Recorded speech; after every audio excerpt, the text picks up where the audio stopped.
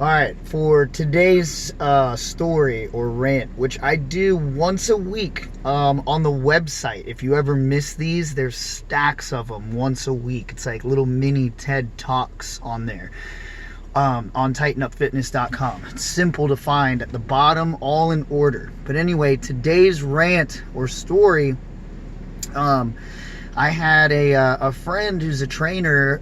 I talk to people that are in fitness all the time. So my friend that's a trainer just told me, I've got this one client that they're brand new. They're like Gumby. They're not coordinated. They don't listen. It can be difficult at times. And they were just saying how they didn't want to train them anymore. It's not easy, right? It's not working out. It's not their style. But I try to change their mind, and hopefully maybe they see this video that will change their mind.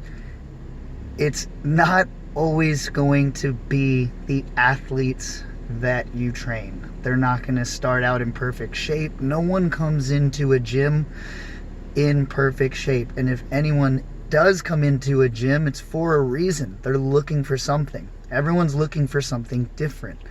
So I thought about it, and that client that they were speaking about, it reminded me of me starting out. If you take my 5:30 and 6:30 a.m. classes now at Jack's Beach, those people, most of them have been with me for years. And it immediately clicked for me.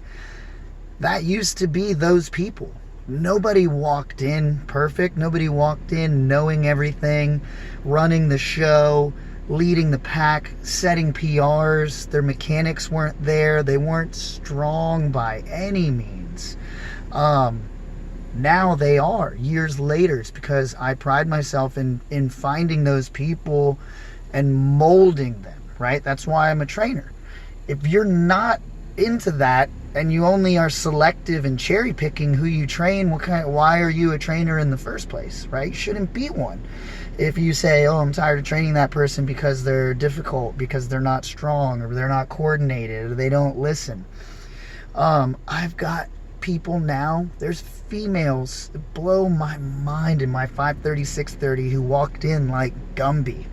And now if you turn them loose in a big box gym, they'd be on the squat racks, the benches, plates facing in, resting properly, lifting more than the guys who have been at those big box gyms for years, showing them up. I mean, I have warriors.